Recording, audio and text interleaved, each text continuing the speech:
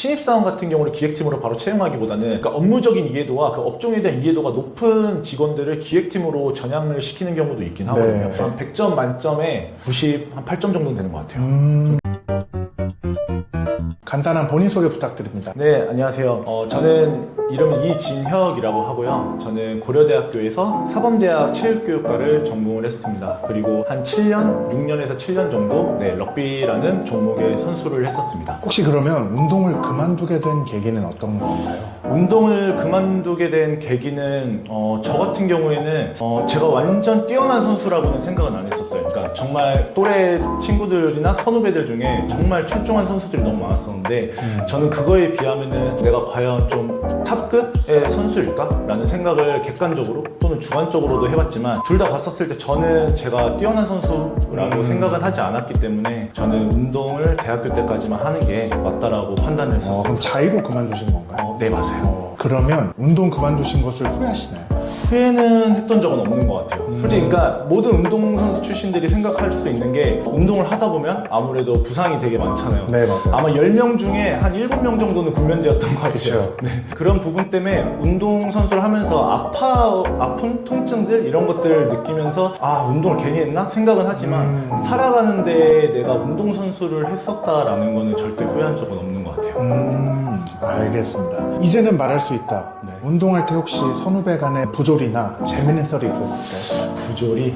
부조리 같은 경우에는 옛날 되게 웃겼었던 건데 저희는 이제 운동을 못하고 잘하고로 좀 아무래도 운동선수다 보니까 네. 그런 걸로 많이 혼나기도 했었는데 운동의 성과에 대해서. 네.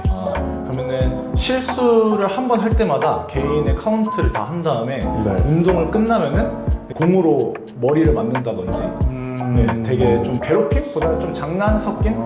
지금 생각하면 좀 장난 섞인 건가요? 아니면은 지금 생각하면 그냥 동기부여였다라고 생각은 하는데 당시에는 조금 뭔가 기분도 나쁘고 했었죠. 좋은 방법도 근데 있었을 것 같은데 그쵸. 실수 카운팅 된 만큼 뭐 예를 들어 추가 운동을 더 한다던가 그쵸.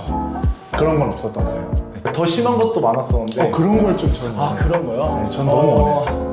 예를 들어 선배가 갑자기 막 다급하게 전화를 와서 네. 10분 안에 뛰어와라 해서 가봤더니 변기통에 선배 핸드폰이 빠져있던 거죠. 그거를 이제 아무런 고무장갑 없이 손으로 주워서 그거 이제 너무 드라이기로 말려서 살리는 것까지가 제 목표였죠. 이런 것들이 많지만 한두 개가 아니기 때문에 꺼내다 보면 좀 끝도 없는 것 같아요. 알겠습니다. 그럼 혹시 지금 종사하고 계신 직업이랑 경력은 어떻게 되시는지? 지금 있는 업종 같은 경우에는 교육업 쪽에 있고요. 그 다음에 제가 속해 있는 파트 같은 경우는 사업기획팀, 일반적으로 전략기획이라고도 하는데 사업기획팀에서 네. 종사하고 있고, 업종 같은 경우는 바뀐 게 있지만 부서 관련해서는 한 4년 정도, 4년에서 5년 정도 경력을 갖고 있습니다. 교육이라면 혹시 어떤 교육 사업을 좀? 교육 사업 같은 경우는 저희 회사에서는 컨텐츠를 공급하기도 하고요. 네. 그 다음에 영어 학원, 어학원도 운영을 하고 있고, 그 다음에 프랜차이즈도 지금 하고 있습니다. 그러면 그 일을 시작하게 된 배경이나 혹시 스토리가 있을까요? 저 같은 경우는 운동을 했었던 이유가 사범대학에 체육교육과가 있는 학교를 가자. 이런 목표가 있었거든요. 네. 그러니까 하면서 운동 선수에 대한 꿈을 갖기도 했었는데 고등학교 때 운동을 시작하면서 하게 된 계기는 그 계기였었는데 저는 교육이라는 힘이 되게 파워가 강하다고 생각했었거든요. 맞습니다. 아무래도 운동을 시작하면서도 그랬고 고등학교 때 모교 선생님들을 생각하면은 저는 약간 제가 졸업한 학교에 대해서 선생님들이라는 표현보다는 은사님이라는 표현을 되게 많이 썼거든요. 제가 좀 탈선할 때나 또는 이제 경제적으로 힘들었을 때 네. 그럴 때 선생님들이 정말 많이 서포트를 해주셨고 그런 부분에서 저는 그런 도움을 많이 받아왔기 때문에 때로는 내가 좀 사춘기를 겪으면서 탈선할 수 있었던 그런 위험 또는 진로에 대한 되게 불확실함 그런 거를 갖고 있었을 때 은사님들을 통해서 되게 교육의 힘이라는 거를 많이 체험해왔기 네. 때문에 저는 교육자가 되고 싶었던 게 목표였었거든요. 그러니까 막연하게 선생님인가요? 말씀하신 교육자라면? 교육자라는 거는 막연했어요. 그냥 학교 선생님이 되고 싶다 또는 뭐 나는 지도자, 운동선수 코치가 되고 싶다 이런 부분보다는 교육자가 되자. 그냥 어떤 네. 거시적인 의미의 교육자가 되고 네, 싶었던 네. 거죠. 어느 업종이든 또는 어느 분야에 있든 나는 교육자가 되고 싶다라는 생각이 정말 컸었던 것 같아요. 저 같은 경우는 이제 어머니가 교육자이시다 보니까 학교 선생님이셔서 저도 모르게 교육자의 꿈을 꿨던 것 같은데 혹시 주변에 이런 교육자를 갖고 계신 가족이나 뭐 친지분이 계신가요? 교육자기보다는 그러니까 어머니랑 이모들이 사회복지 쪽을 되게 많이 하세요. 그래서 어머니도 지금 공공기관에서 사회복지사를 하고 계시고 그러니까 그런 것 때문에 어렸을 때부터 좀 더 복지나 좀 아니면 사회적으로 누군가에게 그런 서포트를 해줄 수 있는 그런 쪽을 생각하다 보니까 저는 또 누군가를 이렇게 또 가르치고 좀 오지랖이 넓어서 네. 그런 가르치고 하는 직업이 좋다 보니까 네. 그래서 사회복지 쪽보다는 교육 쪽이 좀 더 좋지 않나 싶었었던 것 같아요.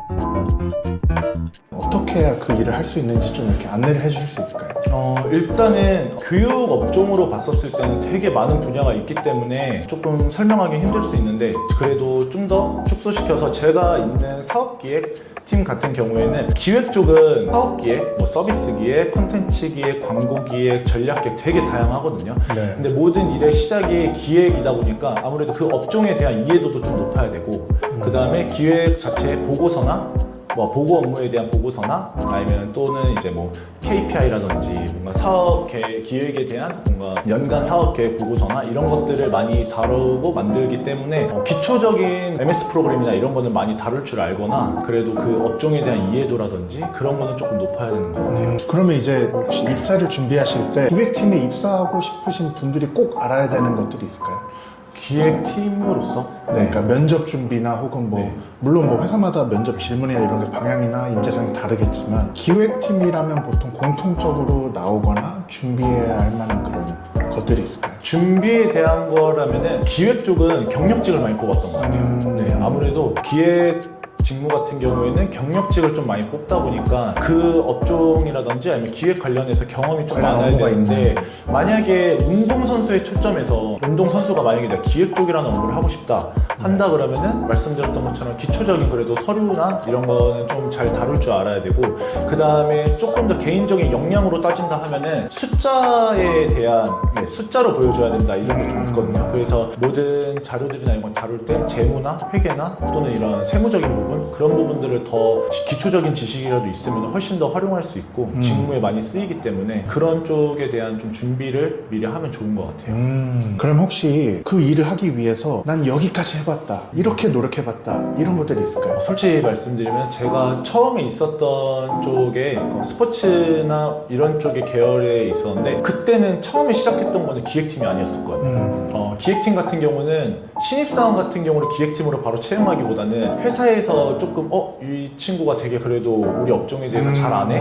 우리 회사에 대해서 되게 잘 아네? 이해를 하는 네. 직원들을 데려다 쓰는 거. 그쵸. 그러니까 업무적인 이해도와 그 업종에 대한 이해도가 높은 직원들을 기획팀으로 전향을 시키는 경우도 있긴 하거든요. 근데 저가 조금 약간 그런 케이스였는데 저 같은 경우는 거의 그 당시에 한 2, 3년 동안 근무 시간을 한 16시간에서 18시간 동안 했었던 것 같아요. 우와. 그러니까 제가 생각한 거는 정말 기본적인 거 하나였거든요.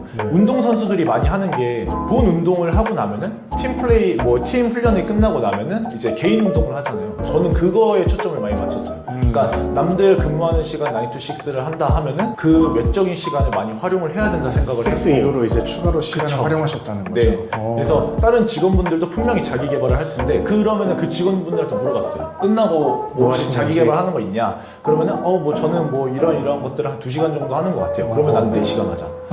네, 좀 그랬었던 게 있어요. 약간 요즘은 운동의 트렌드가 아무래도 운동의 양보다 질이다 이게 좀 많이 중요하긴 한데 맞아요. 저는 그래도 옛날 시대까지는 아니지만 좀 예전 시대에 좀 운동을 하다 보니까 질보다 좀 양? 내가 이 사람보다 부족한 걸 양으로 노력하는 채우자. 사람을 못 이긴다 네. 라는 생각을 가지고 계셨던 네, 거예요. 그게 조금 강했었던 것 같아요.